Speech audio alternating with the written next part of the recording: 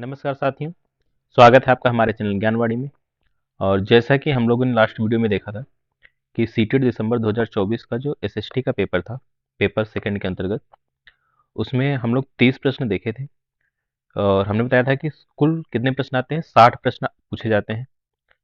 जो एसएसटी से पूछे जाने वाले प्रश्न हैं उनकी प्रश्नों की संख्या कितनी है, 60 है, जिसमें से हम 30 प्रश्न देख चुके थे और आगे के 30 प्रश्न हमें देखना है। तो चलिए शुरू करते हैं। उससे पहले चैनल को सब्सक्राइब करिए, शेयर करिए। तो चलिए शुरू करते हैं। प्रश्न संख्या हमारा 60 तक हो गया था, 31 से लेके 60 तक। तो यहाँ पे है ये, यहाँ तक 60 तक हम लोग देख चुके थे। इसके आगे हमें देखना है 61 से, यहाँ से हमें आगे देखना है।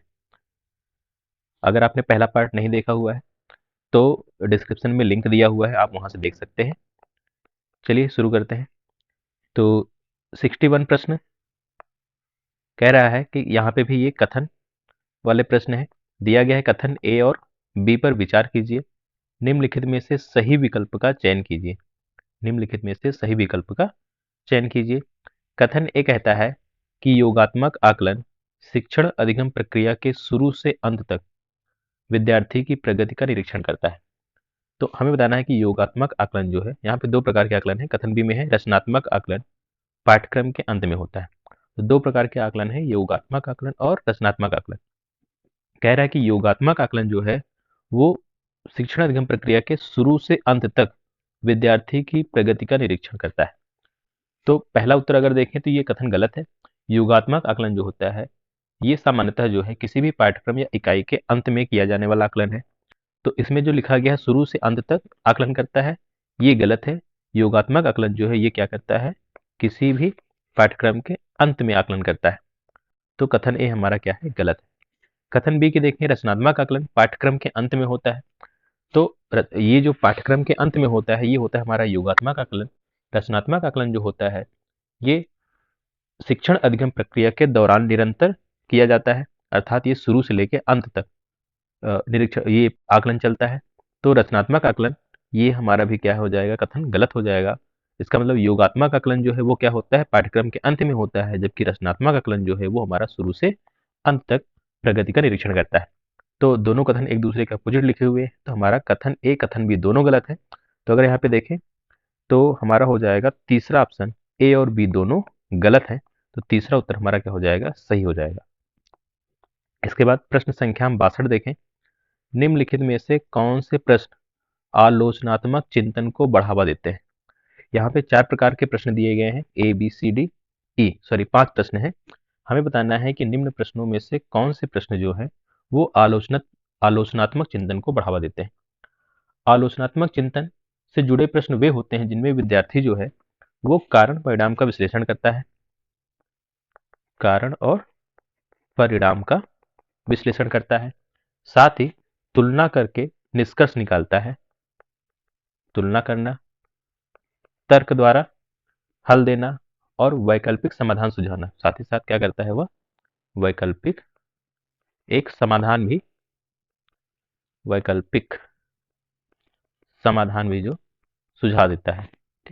तो ये हमारा होता है आलोचनात्मक चिंतन, जिसमें कारण परिणाम तुलना तर्क के साथ साथ हमें एक वहां पे समाधान भी सुझाया जाता है। तो यहाँ पे देखें, कह रहा है कि कौन सा आलोचनात्मक चिंतन को बढ़ावा देता है। कथन ए है हमारा कि वे विभिन्न तरीके क्या हैं जिनके द्वारा सरकार सभी को स्वास्थ्य सेवाएं प्रदान करने हेतु कदम उठा सकती है, चर्चा कीजिए। तो ये कथन ए जो है ये हमारा आलोचनात्मक चिंतन को बढ़ावा दे रहा है।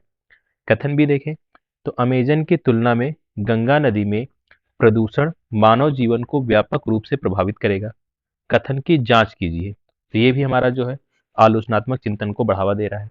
यहाँ पे तुलना और मूल्यांकन दोनों करना है। तीसरा जो है ब्राजील एवं भारत की भू आकृति के बीच भेद कीजिए। तो ये जो हमारा है ये मुख्यतः जो है तुलनात्मक विश्लेषणात्मक कथन है। यहाँ पे तुलना और विश्लेषण हो रहा है। तो ये हमारा जो है आलोचनात्मक चिंतन इसमें नहीं हो रहा है। तो कथन सी हमारा क्या हो जाएगा, गलत हो जाएगा। डी कथन है कि हिमालय की महत्वपूर्ण विशेषताओं का वर्णन कीजिए।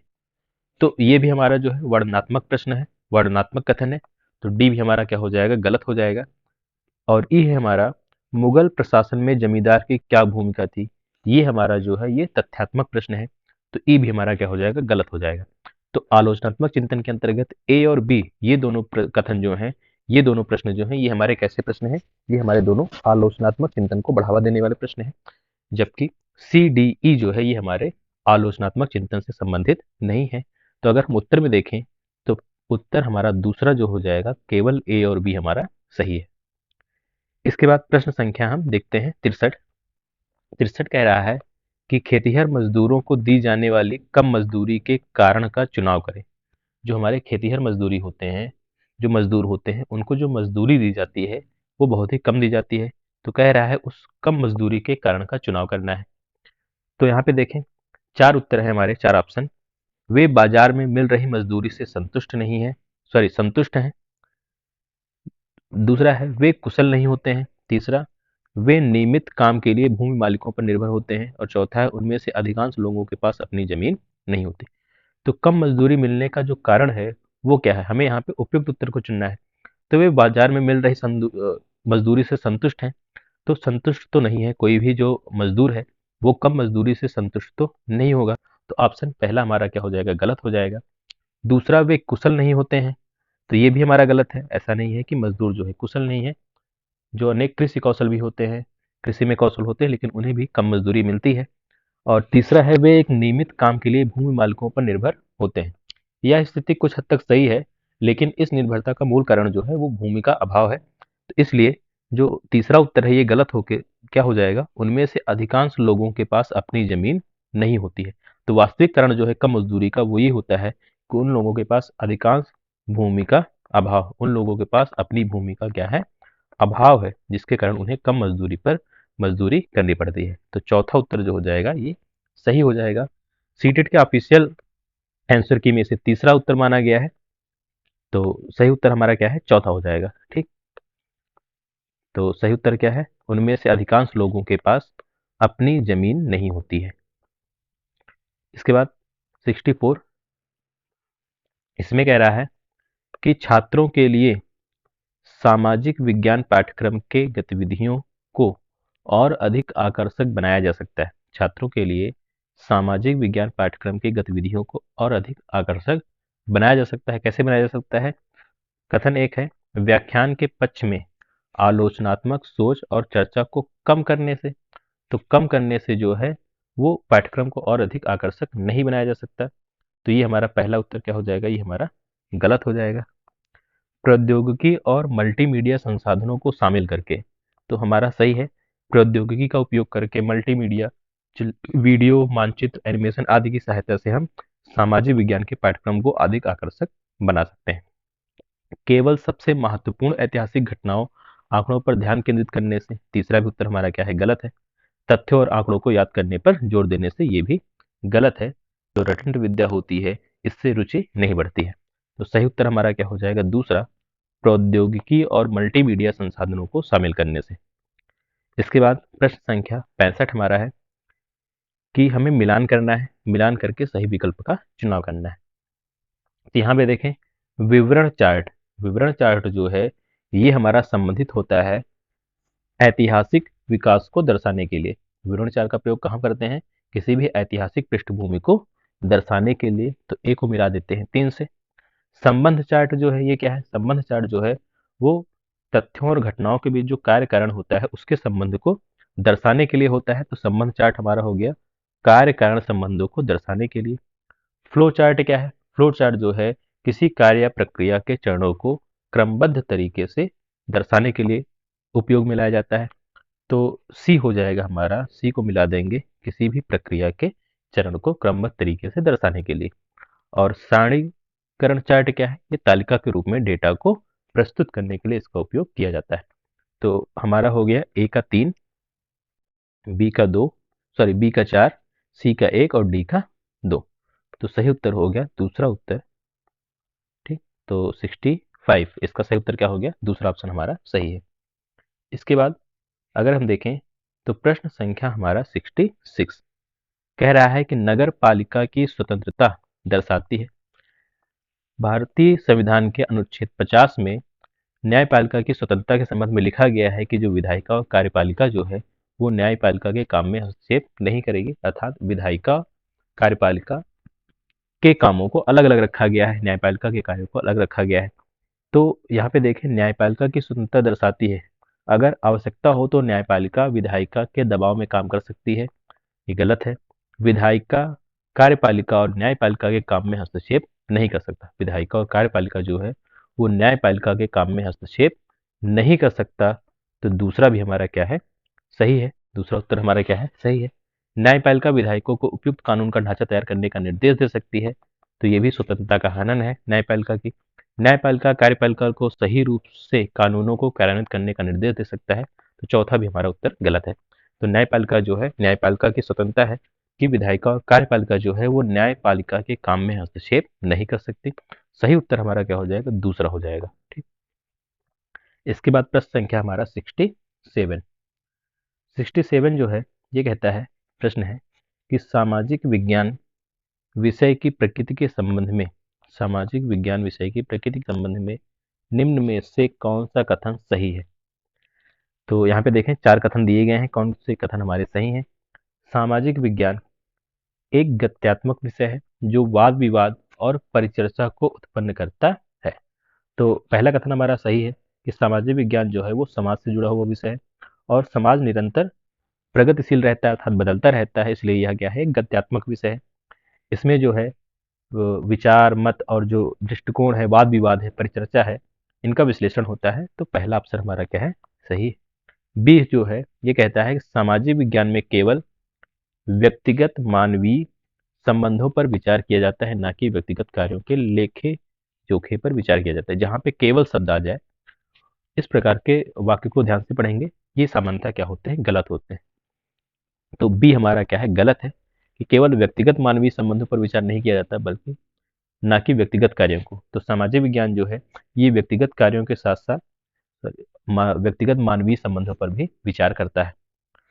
तो दूसरा उत्तर हमारा गलत हो गया, दूसरा कथन। तीसरा कथन देखें तो सी, सामाजिक विज्ञान मुख्य रूप से अंतर विषयी है जिसका केंद्र बिंदु खोज और प्रयोग है। तो सामाजिक विज्ञान में इतिहास, भूगोल, नागरिक शास्त्र विज्ञान आदि शामिल होते हैं और इसके अंतर्गत हम क्या करते हैं कि तथ्यों की खोज, विश्लेषण और व्याख्या करते हैं। तो कथन सी जो है ये हमारा सही कथन दिया गया है, अर्थात ये क्या है, जिसका केंद्र बिंदु क्या है, खोज और प्रयोग है। इसके बाद कथन डी जो है, सामाजिक विज्ञान का क्षेत्र बहुत ही संकुचित है, इसलिए यह केवल प्राथमिक स्तर पर पढ़ाने योग्य है। तो सामाजिक विज्ञान का जो क्षेत्र है वो संकुचित ना होकर बहुत ही वृहद है, तो यहाँ पे ये गलत लिखा हुआ है। यह केवल प्राथमिक स्तर पर पढ़ाने योग्य है, तो ये भी हमारा गलत है।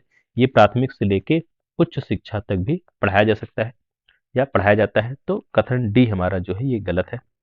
तो ए और सी हमारे सही कथन है। अगर हम देखें तो ऑप्शन में हमारा ए और सी, अर्थात दूसरा उत्तर जो है ये हमारा सही है। इसके बाद प्रश्न संख्या जो है हमारा 68 ये है। इसको अगर हम देखें तो कह रहा है, शिक्षक द्वारा सामाजिक विज्ञान के प्रश्न पत्र में 60% जो है वो खुली राय वाले प्रश्नों को दिया जाता है। जो सामाजिक विज्ञान के प्रश्न पत्र होते हैं उसमें 60% भार जो है वो किसके होते हैं, कौन से प्रश्न होते हैं, खुले राय वाले प्रश्न होते हैं। इस नीति के माध्यम से शिक्षक छात्रों में किस कौशल को जांचना चाहता है। कह रहा है कि जो खुली राय वाले प्रश्न हैं उसके माध्यम से शिक्षक के किस कौशल की जांच होती है। तो खुली राय वाले प्रश्न कौन से होते हैं, खुली राय वाले प्रश्न वे होते हैं जिनका जो उत्तर होता है वो निश्चित नहीं होता। विद्यार्थियों को ये उत्तर जो है अपने विचार, तर्क और उदाहरण के माध्यम से देना होता है। तो इस प्रकार के प्रश्नों को हम बोलते हैं खुली राय वाले प्रश्न। तो किस कौशल की जांच होती है, तो केवल लेखन कौशल की। तो केवल लेखन कौशल की जांच नहीं होती, ये हमारा उत्तर गलत है। अंतर वैयक्तिक कौशल की। अंतर वैयक्तिक कौशल का मतलब होता है जिसमें समूह कार्य, चर्चा या सहयोग होता है, उसे बोलते हैं अंतर वैयक्तिक कौशल। तो ये भी हमारा क्या है, गलत है। तीसरा जो है तार्किक चिंतन एवं सृजनात्मक कौशल। तो ये हमारा सही उत्तर है, सी हमारा जो है कि जो खुली राय वाले प्रश्न होते हैं वो बच्चों के अंदर जो है तार्किक चिंतन और सृजनात्मक कौशल की पूर्ति करते हैं, तो या उसकी जांच करते हैं। तो सी हमारा सही है। और डी जो है अनुप्रयोगात्मक और प्रस्तुति कौशल। तो सीखे हुए ज्ञान को नई परिस्थितियों में लागू करना और जो है उत्तर को सुव्यवस्थित और प्रभावी ढंग से प्रस्तुत करने में जो है खुली राय वाले प्रश्न सहयोग करते हैं। तो डी हमारा भी सही है, अनुप्रयोगात्मक और प्रस्तुति कौशल में ये प्रश्न जो है वो सहायता करते हैं। तो हमारा सी और डी ये उत्तर सही है। तो अगर हम देखें ऑप्शन में, तो तीसरा जो ऑप्शन है सी और डी, तो 68 का जो सही उत्तर हो जाएगा वो क्या हो जाएगा, तीसरा प्रश्न, केवल सी और डी। चलते हैं अगले प्रश्न की ओर। कह रहा है प्रश्न संख्या 69, निम्नलिखित में से किस पक्ष पर निम्नलिखित में से किस पक्ष पर शिक्षा का अधिकार अधिनियम 2009 में मूल्यांकन कार्यविधियों के भाग के रूप में विचार किया गया है। तो यहाँ पे नीचे 4 पक्ष दिए गए हैं। कह रहा है कि किसमें जो है वो शिक्षा का अधिकार अधिनियम जो है आरटीई एक्ट 2009 जो है में मूल्यांकन कार्यविधियों के भाग के रूप में विचार किया गया है। तो आइए देखते हैं सभी कथन को। कथन ए है हमारा, भारतीय संविधान में प्रतिस्थापित मूल्यों का अनुमोदन करना। तो ए हमारा सही है। आरटीए अधिनियम समानता, न्याय, लोकतंत्र और धर्मनिरपेक्षता जैसे जो है संवैधानिक मूल्यों को बढ़ावा देता है। बी हमारा जो है, परीक्षा में मुख्यतः योगात्मक आकलन को सम्मिलित किया जाना। तो ये हमारा गलत है। आरटीए अधिनियम क्या कहता है कि योगात्मक आकलन के बजाय क्या करता है, रचनात्मक आकलन पर जोर देता है। हमने बताया कौन से आकलन पर, रचनात्मक आकलन। ये हमारा पहला ही प्रश्न था शायद, रचनात्मक आकलन पर जोर देता है। तो ये हमारा बी क्या हो जाएगा, गलत हो जाएगा। तीसरा जो कह रहा है कि विद्यार्थियों की शारीरिक क्षमताओं का पूर्ण सीमा तक विकास, तो ये हमारा सही है कि आरटी एक्ट 2009 क्या करता है कि शैक्षणिक के साथ साथ जो है वो खेल, स्वास्थ्य और शारीरिक विकास में भी विकास को सहायता करता है। तो सी ऑप्शन हमारा क्या हो जाएगा, ये सही हो जाएगा। परीक्षाएं स्कूल परिसर में ही होती हैं, तो ये गलत है। यह एक प्रशासनिक व्यवस्था है और आरटी एक्ट में इसका जो है उद्देश्य नहीं है। आरटी एक्ट का जो मूल्यांकन कार्यविधियों के भाग के रूप में परीक्षाएं स्कूल में परिसर में शामिल होती हैं, ये इसका उद्देश्य नहीं है। तो डी हमारा जो है ये क्या हो, गलत हो जाएगा।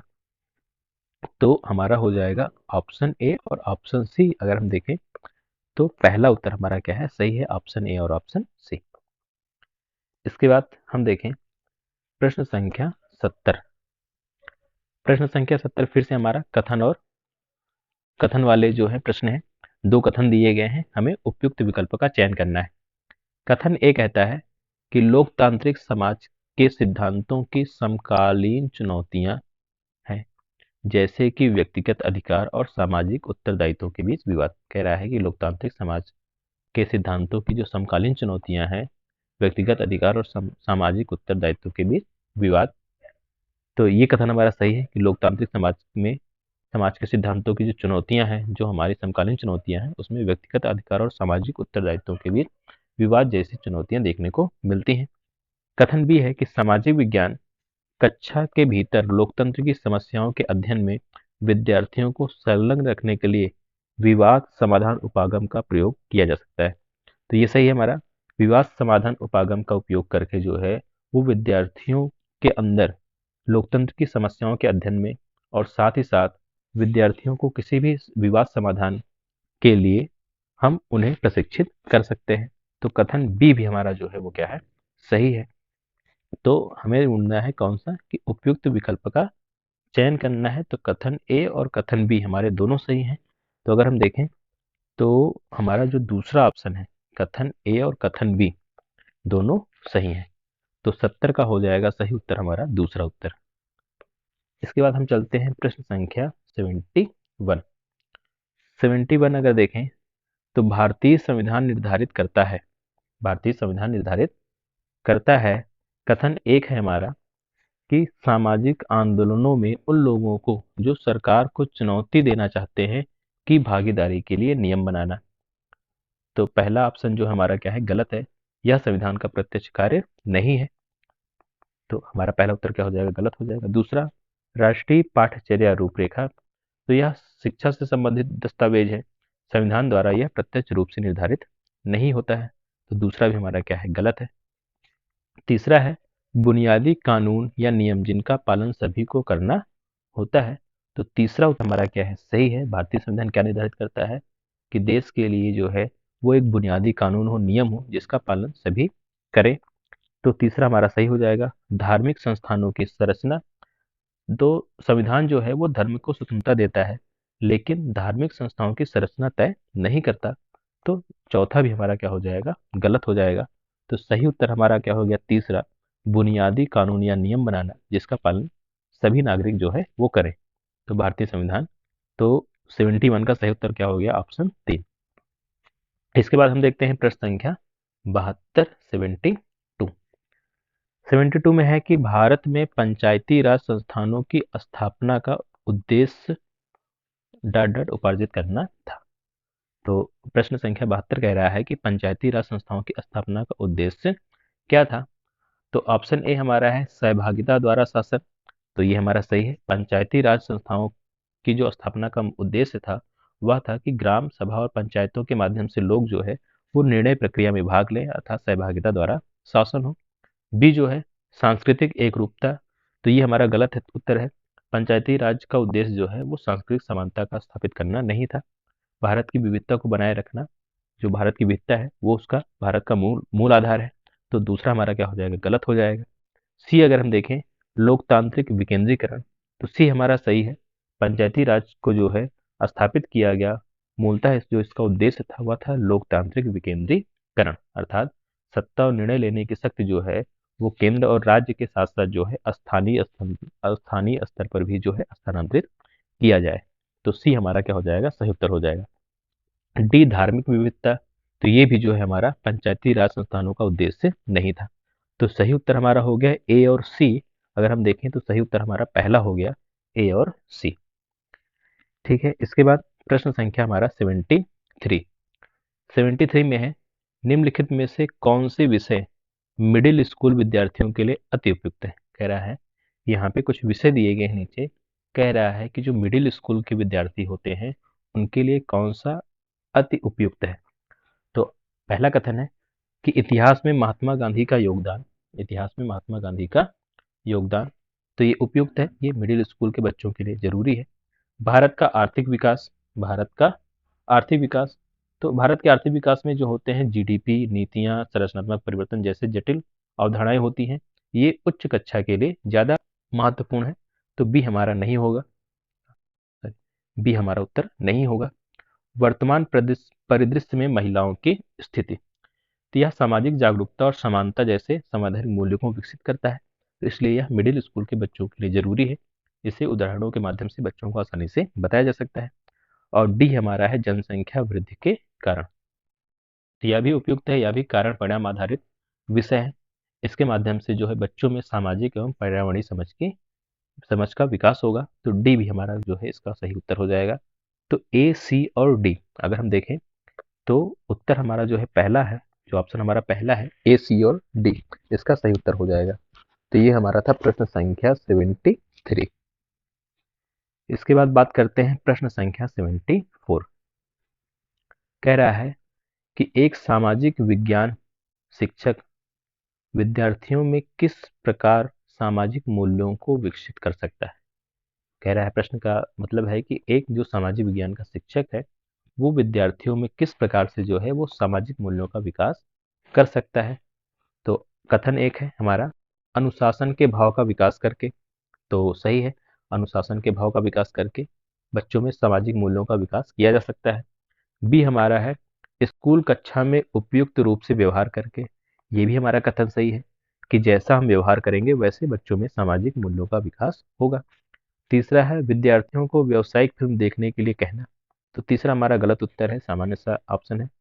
चौथा है, कक्षा या स्कूल परिवेश में उपयुक्त और लोकतांत्रिक मूल्यों का पालन करके। तो चौथा भी हमारा क्या है, इसका सही कथन है कि स्कूल परिसर में जो है लोकतांत्रिक मूल्यों का पालन करके हम बच्चों में सामाजिक मूल्यों का विकास कर सकते हैं। तो सही ऑप्शन हमारा हो जाएगा पहला, तीसरा और चौथा। अगर हम देखें तो जो ऑप्शन हमारा चौथा है, पहला, दूसरा और चौथा, पहला, दूसरा और चौथा, तो ये हमारे क्या हो जाएंगे, सही उत्तर हो जाएंगे। तो प्रश्न संख्या 74 का कौन सा ऑप्शन सही है, चौथा ऑप्शन हमारा सही है। इसके बाद है प्रश्न संख्या 75। इसमें देखें, निम्नलिखित में से कौन सी शिक्षण विधियां सामाजिक विज्ञान में आ रही चुनौतियों से निपटने हेतु उपयुक्त है। तो कह रहा है कि नीचे कुछ शिक्षण विधियां दी गई हैं। कह रहा है कि कौन सी शिक्षण विधियां हैं सामाजिक विज्ञान की चुनौतियों से निपटने के लिए उपयुक्त है। तो पहला ऑप्शन हमारा है विशिष्ट से सामान्य तक। तो ये उत्तर हमारा क्या है, सही है। इसमें क्या होता है कि ठोस उदाहरणों के माध्यम से जो है अमूर्त अवधारणाओं की हम समझ विकसित कर सकते हैं और इसकी सहायता से हम सामाजिक विज्ञान को आसानी से समझ सकते हैं। तो ए हमारा क्या है, सही उत्तर है। बी जो है जटिल से सामान्य तक। तो जटिल से सामान्य तक जो है ये शिक्षण का जो है सामाजिक विज्ञान के शिक्षण में चुनौतियों को निपटने हेतु उपयुक्त नहीं है, बल्कि जो सरल से जटिल तक की विधि है, शिक्षण का जो सिद्धांत है सरल से जटिल तक का सिद्धांत है, वो जो है सामाजिक विज्ञान की चुनौतियों को निपटने में सहायक होते हैं। तो बी हमारा क्या हो जाएगा, गलत हो जाएगा। ज्ञात से अज्ञात की ओर, ये भी हमारा सामाजिक विज्ञान के लिए महत्वपूर्ण उपयुक्त होता है, क्योंकि जो चीजें हमें पूर्व ज्ञान में होती है, हमारे पूर्व ज्ञान में होती हैं, उससे हम नई जानकारी को आसानी से जोड़ सकते हैं। विश्लेषण से संश्लेषण तक, ये भी हमारा सही है कि पहले के तथ्यों और घटनाओं का हम विश्लेषण करके फिर उन्हें जोड़कर नई घटनाओं या नए निष्कर्षों को हम निकाल सकते हैं।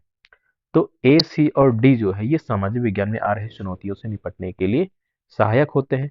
तो अगर हम सही विकल्प देखें तो ए, सी और डी अगर हम देखें तो ऑप्शन चौथे में हमारा ए, सी और डी दिया गया है। तो कौन सा ऑप्शन हमारा सही है, चौथा ऑप्शन ए, सी और डी। इसके बाद देखते हैं प्रश्न संख्या 76। 76 है सामाजिक विज्ञान कक्षा में शिक्षण में द्वंद्वात्मक उपागम के प्रयोग से क्या तात्पर्य है। यहाँ पे 4 कथन दिए गए हैं, हमें बताना है कि द्वंद्वात्मक उपागम के प्रयोग का क्या मतलब है, क्या अर्थ है। तो द्वंद्वात्मक उपागम का मतलब है कि जो है संवाद, प्रश्नोत्तर और जो तर्क वितर्क या विचारों के टकराव के माध्यम से जो ज्ञान का निर्माण होता है उसी को हम बोलते हैं द्वंद्वात्मक उपागम। इसमें जो होता है शिक्षक केवल सूचना देने वाला नहीं होता, बल्कि विद्यार्थियों से प्रश्न पूछता है, उनसे चुनौतियां लेकर उनके चर्चा के माध्यम से नई समझ का विकास करता है। तो अगर हम देखें चारों कथन को देखें तो कथन एक है विद्यार्थियों की भूगोल की समझ को समृद्ध बनाने हेतु मानचित्रों एवं एटलसों का प्रयोग करना। तो ये हमारा द्वंद्वात्मक उपागम नहीं है, ये हमारा गलत है। दूसरा है कि ज्ञान के विकास की मुख्य विधि के रूप में विद्यार्थी और शिक्षक के बीच वार्ता का प्रयोग करना। तो हमने बताया द्वंद्वात्मक उपागम का मतलब है कि चर्चा की जाती है, विद्यार्थी और शिक्षक एक दूसरे से वार्ता या चर्चा करते हैं। तो दूसरा कथन हमारा क्या है, इसका सही उत्तर है विद्यार्थियों में रुचि उत्पन्न करने हेतु कक्षा में ड्रामे का प्रयोग करना। तो ये भी हमारा नहीं है, ये हमारा जो नाट्य भूमिका या जो ड्रामा है ये द्वंद्वात्मक उपागम में उपयोग नहीं होता है। अमूर्त अवधारणाओं को स्पष्ट करने हेतु उदाहरणों एवं सादृश्यों का प्रयोग करना, तो ये भी द्वंद्वात्मक उपागम नहीं है, ये जो है सदृश विधि है। तो सही उत्तर हमारा क्या हो जाएगा, ऑप्शन दूसरा, ज्ञान के विकास की मुख्य विधि है विद्यार्थी और शिक्षक के बीच वार्ता या चर्चा का प्रयोग करना। इसके बाद प्रश्न संख्या हमारा 77।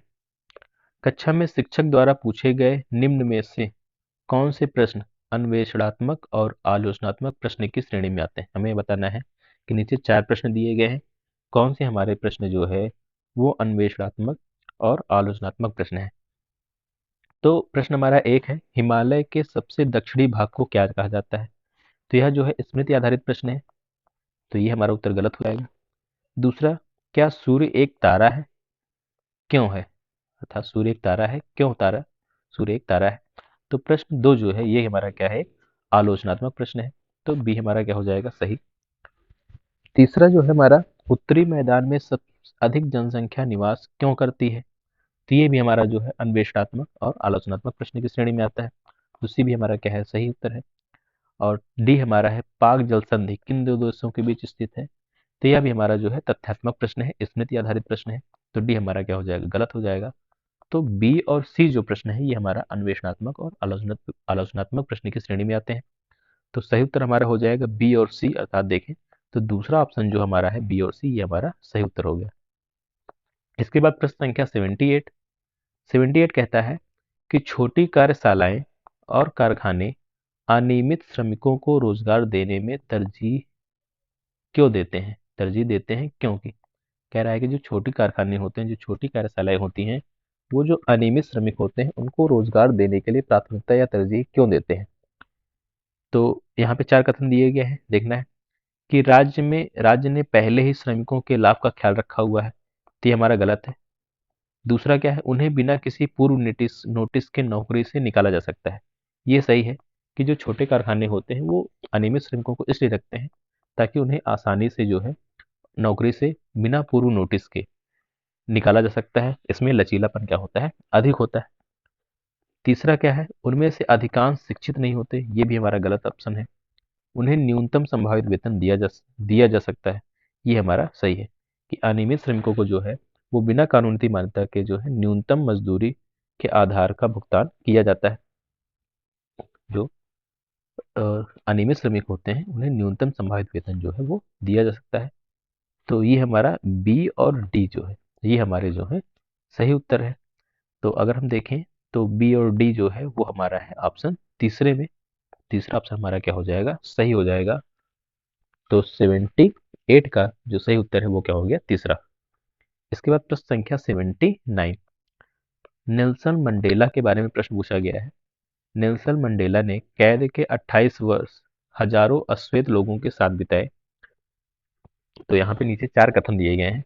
राजा और राजशाही के खिलाफ आवाज उठाने के लिए, तो ये हमारा गलत है।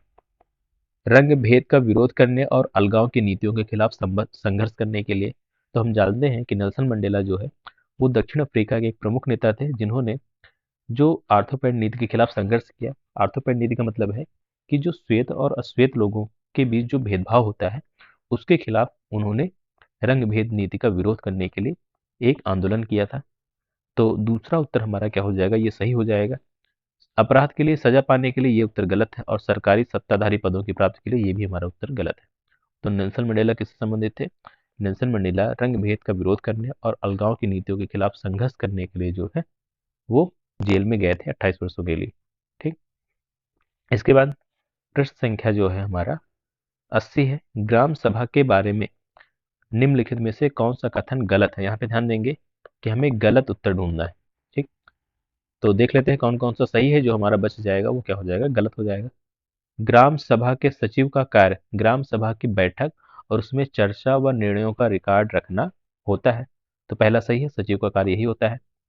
दूसरा क्या है, ग्राम पंचायत के कार्य को ग्राम सभा से स्वीकृति लेनी पड़ती है। तो दूसरा ऑप्शन भी हमारा सही है। तीसरा है, ग्राम सभा का सचिव एक निर्वाचित व्यक्ति होता है। तो ये हमारा गलत है। सचिव जो है वो एक सरकारी कर्मचारी होता है और इसे जो है सरकार द्वारा नियुक्त किया जाता है, ना कि यह निर्वाचित होता है। तो तीसरा हमारा क्या है, गलत है। और ग्राम सभा के सचिव का काम ग्राम सभा और ग्राम पंचायत की बैठक बुलाने का है। तो ये भी हमारा जो है सही उत्तर है। तो सही जो गलत उत्तर है वो हमारा क्या है, तीसरा, अर्थात ग्राम सभा सचिव जो है वो एक निर्वाचित व्यक्ति होता है। ये गलत है, बल्कि यह क्या होता है, सरकारी व्यक्ति होता है और इसकी नियुक्ति होती है सरकार द्वारा। ठीक। इसके बाद प्रश्न संख्या हमारा 81 कह रहा है कि 19वीं शताब्दी के दौरान आधुनिक आदिवासी इतिहास में कौन सा धर्म एक महत्वपूर्ण धर्म के रूप में उभरा। 19वीं शताब्दी के दौरान कौन सा जो है आधुनिक आदिवासी इतिहास में कौन सा धर्म जो है वो महत्वपूर्ण धर्म के रूप में उभरा। तो जो ईसाई धर्म है, ईसाई धर्म जो है ये एक महत्वपूर्ण धर्म के रूप में उभरा, क्योंकि जो ईसाई मिशनरी थे उन्होंने इस अवधि में जो आदिवासी क्षेत्र थे वहां पे ईसाई धर्म का प्रचार प्रसार किया और धर्मांतरण के माध्यम से जो है उन्होंने ईसाई धर्म की जो है संख्या को बढ़ाया, लोगों को ईसाई धर्म में कन्वर्ट कराया गया। तो इसका सही उत्तर क्या हो जाएगा, ईसाई धर्म, अर्थात ऑप्शन तीसरा जो है ये हमारा क्या है, सही है। इसके बाद प्रश्न संख्या जो हमारा 82 है। 82 कहता है कि दो कथन दिए गए हैं, कथन ए और कथन बी। 1909 में बने गवर्नमेंट ऑफ इंडिया एक्ट ने कुछ हद तक भारत में निर्वाचित प्रतिनिधित्व की व्यवस्था को मंजूरी दी थी। ये हमारा जो मॉडर्न हिस्ट्री है उससे पूछा गया प्रश्न है कि 1909 में बने गवर्नमेंट ऑफ इंडिया एक्ट ने कुछ हद तक भारत में निर्वाचित प्रतिनिधियों की व्यवस्था को मंजूरी दी थी। तो ये कथन हमारा सही है कि 1909 में जो मार्ले मिंटो सुधार हुआ था उसके माध्यम से जो है कुछ हद तक जो है भारतीयों को भारत में निर्वाचित प्रतिनिधित्व की व्यवस्था की गई थी। और दूसरा कथन कहता है कि 1909 में गवर्नमेंट ऑफ इंडिया एक्ट द्वारा सभी वयस्कों को वोट डालने का अधिकार दिया गया था। तो यहाँ सभी सभी को जो है वोट डालने का अधिकार नहीं दिया गया था। हम जानते हैं कि 1947 के बाद जो है वो सभी वयस्कों को वोट डालने का अधिकार मिला था। तो दूसरा कथन हमारा क्या है, गलत है। तो सही उत्तर हमारा क्या हो जाएगा, ऑप्शन ए, अर्थात केवल ए सही है, अर्थात दूसरा उत्तर जो है वो हमारा सही है। इसके बाद प्रश्न संख्या हमारा 83। 83 कहता है कि सामाजिक विज्ञान में समालोचनात्मक सोच महत्वपूर्ण है क्योंकि। तो समालोचनात्मक सोच क्यों महत्वपूर्ण है हमें देखना है कि यह छात्रों को परीक्षा पास करने में मदद करती है। तो परीक्षा पास करना केवल स्मृति आधारित हो सकता है, ये समालोचनात्मक सोच का मुख्य उद्देश्य नहीं है। तो ये हमारा गलत हो गया। यह छात्रों को सही उत्तर का अनुमान लगाने की अनुमति देता है, ये भी हमारा गलत है। तीसरा जो है, यह छात्रों को अधिक आसानी से जानकारी याद रखने में मदद करता है, यह भी जो हमारा स्मृति आधारित प्रक्रिया है, ये भी गलत है। यह छात्रों को उच्च स्तरीय सोच के लिए तैयार करता है, यह छात्रों को उच्च स्तरीय सोच के लिए तैयार करती है। तो डी हमारा जो है ये सही है, ये समालोचनात्मक सोच महत्वपूर्ण है। सामाजिक विज्ञान में समालोचनात्मक सोच महत्वपूर्ण है क्योंकि यह क्या करता है, छात्रों में अंदर जो है जो उच्च स्तरीय सोच है, जो विश्लेषण, तुलना या जो मूल्यांकन लेने या निर्णय करने की जो क्षमता है उसका विकास करता है। तो डी उत्तर हमारा क्या है, सही है। ई अगर देखें तो यह समस्या समाधान करने की क्षमता को भी प्रोत्साहित करती है। तब बताया कि विश्लेषण करता है, तुलना करता है, निर्णय लेने की क्षमता, अर्थात इसके साथ ही साथ समस्या समाधान की क्षमता को भी प्रोत्साहित करता है। तो डी और ई जो है ये इसके सही उत्तर है। तो डी और ई अगर हम देखें तो ये है प्रश्न, सॉरी, ऑप्शन नंबर 1 में। तो ऑप्शन नंबर 1 हमारा क्या हो गया, सही हो गया। केवल डी और ई सही उत्तर है इसके। इसके बाद प्रश्न संख्या 84। भारतीय राज्यों और केंद्र शासित प्रदेशों में निर्धनता की प्रवृत्तियां और उसने तुलनात्मक अध्ययन को समझाने हेतु सर्वोत्तम शिक्षण अधिगम प्रणाली कौन सी होगी। कि भारतीय राज्यों और जो केंद्र शासित प्रदेशों में जो निर्धनता की प्रवृत्तियां हैं उसका हमें तुलनात्मक अध्ययन करना है, तो उसके लिए सबसे अधिक शिक्षण या सर्वोत्तम शिक्षण अधिगम प्रणाली कौन सी होगी। तो यहाँ पे देखें 4 ऑप्शन दिए गए हैं। सबसे पहला ऑप्शन है कि ब्रेन स्ट्रॉमिंग, अर्थात विचारावेश प्रक्रिया। इसमें क्या होता है कि जो विद्यार्थी होते हैं वो अपने विचार को साझा करते हैं और सृजनात्मक सोच और विचारों के आदान प्रदान के लिए यह जो है अच्छा होता है। तो कथन एक जो है अगर देखें तो ये हमारा जो है इसके लिए सही नहीं है। जो हमारा तुलनात्मक अध्ययन को समझने हेतु ये हमारा उत्तर सही नहीं है। ये क्या करता है कि ये तथ्यों और आंकड़ों का जो है वो तुलनात्मक अध्ययन करने में ही सीमित है। दूसरा जो है क्षेत्र भ्रमण, ये क्या करता है कि क्षेत्र भ्रमण में विद्यार्थियों को व्यवहारिक अनुभव मिलता है, लेकिन यह जो है कि केंद्र शासित प्रदेशों के लिए तुलनात्मक आंकड़ों के अध्ययन के लिए यह भी उपयुक्त नहीं है। तीसरा वाद विवाद, वाद विवाद में क्या होता है कि विश्लेषण और तर्क शक्ति का विकास होता है, तो ये भी हमारा सही नहीं है। और चौथा जो है द्वितीयक आंकड़ों का विश्लेषण, अगर हमें निर्धनता की प्रवृत्ति और उसका तुलनात्मक अध्ययन करना है तो इसके लिए हमारे पास आंकड़े होने चाहिए, सरकारी रिपोर्ट, सर्वेक्षण और जो भी अन्य आंकड़े हैं, इन आंकड़ों का उपयोग करके हम जो निर्धनता है उसकी प्रवृत्तियों और उसके कारणों का तुलनात्मक अध्ययन कर सकते हैं। तो सही उत्तर हमारा क्या हो जाएगा, ऑप्शन चौथा, द्वितीय आंकड़ों का विश्लेषण। इसके बाद प्रश्न संख्या हमारा 85 है। निम्नलिखित में से कौन से प्रश्न संज्ञानात्मक क्षमताओं के मूल्यांकन पक्ष को आंकते हैं। निम्नलिखित में से कौन से प्रश्न संज्ञानात्मक क्षमताओं के मूल्यांकन पक्ष को आंकते हैं। संज्ञानात्मक क्षमताएं में क्या शामिल होती हैं, संज्ञानात्मक क्षमताओं में शामिल होता है तर्क करना, विश्लेषण करना, तर्क करना, विश्लेषण करना, साक्ष्यों के आधार पर जो निष्कर्ष निकाला जाता है, और इसके बाद मूल्यांकन करना, मूल्यांकन करना, ये सब क्या है, संज्ञानात्मक क्षमताओं के मूल्यांकन पक्ष को आंकने में सहायक होते हैं। तो अगर हम देखें प्रश्न, यहाँ पे देखें, अगर कथन देखें तो पोषण अभियान भारतीय बच्चों के पोषण स्तर को सुधारने हेतु एक महत्वपूर्ण कार्यक्रम है। साक्ष्यों सहित कथन की जांच कीजिए। तो हमने बताया ना कि साक्ष्यों, संज्ञानात्मक क्षमताओं में मूल्यांकन पक्ष के आंकने के लिए हमें साक्ष्यों की भी जरूरत पड़ती है। तो कथन ए हमारा क्या है, सही है, ये संज्ञानात्मक क्षमता का परीक्षण है। दूसरा जो है, 2 शताब्दियों के भारत में औपनिवेशिक शासन ने भारत को अनिवार्य सामाजिक परिवर्तन की स्थिति में छोड़ दिया। क्या आप इस कथन से सहमत हैं। तो यहाँ पे कथन बी जो है इसमें हमें समीक्षा और विश्लेषण करना है, अर्थात तर्क प्रस्तुत करना है। तो ये भी हमारा संज्ञानात्मक क्षमता या संज्ञानात्मक मूल्यांकन का उदाहरण है। तो बी कथन भी हमारा क्या है, सही है। जनधन योजना की महत्वपूर्ण विशेषताओं का वर्णन कीजिए। तो ये जो हमारा है ये हमारा तथ्यात्मक प्रश्न है, ये हमारा सूचनात्मक प्रश्न है, तो सी हमारा जो है ये गलत हो जाएगा। ये हमारा संज्ञानात्मक मूल्यांकन नहीं है। डी हमारा जो है 1991 के उत्तरार्ध में भारत में गरीबी और बेरोजगारी में गिरावट आई, कथन का औचित्य सिद्ध कीजिए।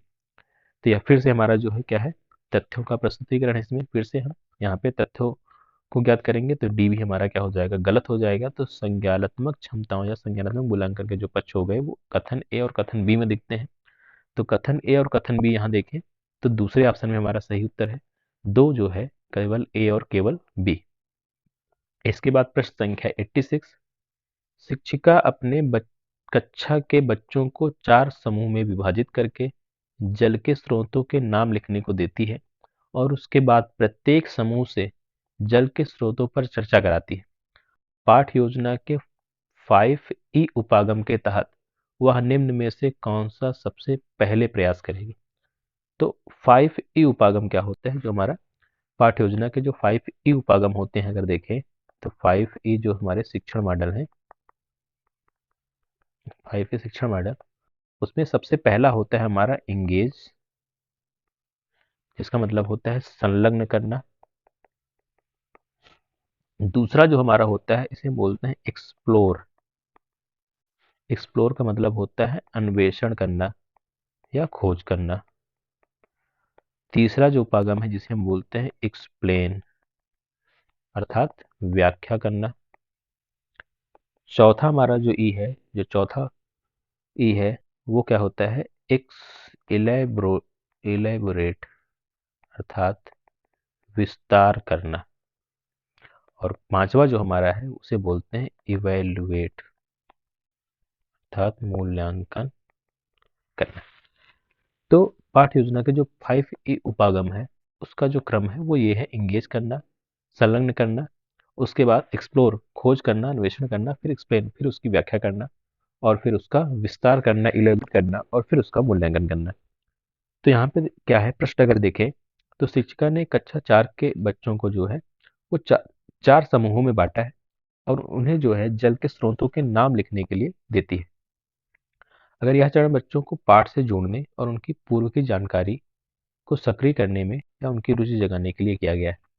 तो अगर यहाँ पे देखें तो इसका जो सही उपागम हो जाएगा, सबसे पहले प्रयास क्या करेगी, तो सबसे इसके लिए जो छात्र हैं वो सबसे पहला प्रयास करेंगे इंगेज, अर्थात संलग्न करना। तो सही उत्तर क्या हो जाएगा हमारा, संलग्न करना पहला। तो 5 पहला उपागम हमारा क्या हो जाएगा, संलग्न करना। ठीक, इसके बाद तो सही उत्तर हमारा हो गया ऑप्शन ए, पहला। इसके बाद प्रश्न संख्या हमारा जो 87 है। शिक्षिका चाहती है कि छात्र ग्राम पंचायत जैसे सरकारी निकायों के कामकाज को समझें। निम्नलिखित में से कौन सा आंकड़े संग्रहण का स्रोत प्रत्यक्ष और प्रमाणिक जानकारी प्रदान करेगा। कह रहा है कि शिक्षिका चाहती है कि जो बच्चे हैं वो जो ग्राम पंचायत जैसे सरकारी निकाय हैं उनके कार्य को समझें। तो हमें कौन सा जो है नीचे प्रत्यक्ष और प्रमाणिक जानकारी प्रदान करेगा, पाठ्य पुस्तक, अखबारी लेख, अध्ययन छात्रा या जीवनी। तो यहाँ पे देखें कौन सा उत्तर सही होगा। पाठ्य पुस्तक क्या है, पाठ्य पुस्तक जो है ये सैद्धांतिक और द्वितीयक जानकारी देते हैं।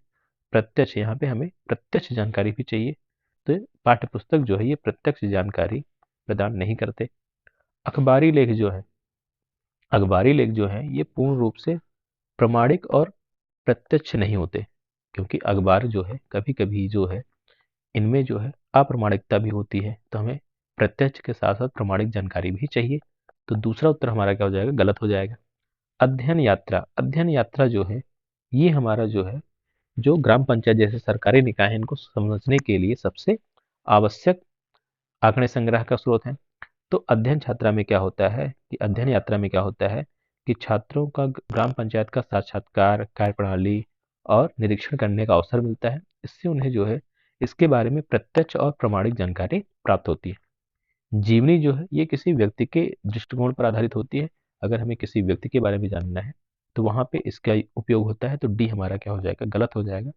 सही उत्तर हो जाएगा ऑप्शन तीसरा, अध्ययन यात्रा। अर्थात ग्राम पंचायत को समझने के लिए या सरकारी निकायों के कामकाज को समझने के लिए सबसे बड़ा जो सबसे बढ़िया स्रोत है वो क्या है हमारा, अध्ययन यात्रा। इसके बाद प्रश्न संख्या हमारा 88। एक धारणा एक धारणा कि विज्ञान के लिए एक तकनीकी दिमाग की आवश्यकता होती है। लड़कियां और महिलाएं तकनीकी चीजों से निपटने में सक्षम नहीं है। यह एक धारणा है कि विज्ञान के लिए एक तकनीकी दिमाग की आवश्यकता होती है, और यह धारणा भी है कि लड़कियां और महिलाएं जो हैं वो तकनीकी चीजों को समझने में या तकनीकी चीजों से निपटने के लिए सक्षम नहीं है। यह क्या दर्शाती है? तो यह सीधी सी बात है, यह क्या दर्शाती है? रूढ़िबद्ध धारणा को दर्शाती है। जो रूढ़ियां समाज में व्याप्त है उस धारणा को ये प्रदर्शित करती है। तो इसका सही उत्तर क्या हो गया? ऑप्शन बी, रूढ़िबद्ध धारणा। फिर इसके बाद 89 हमारा है, एक क्षेत्रीय भ्रमण के लिए विद्यार्थियों में किस कौशल को पहले विकसित करना चाहिए? जैसे अगर हम विद्यार्थियों को क्षेत्रीय भ्रमण में ले जा रहे हैं तो कौन सा कौशल जो है विद्यार्थियों में पहले विकसित करना चाहिए?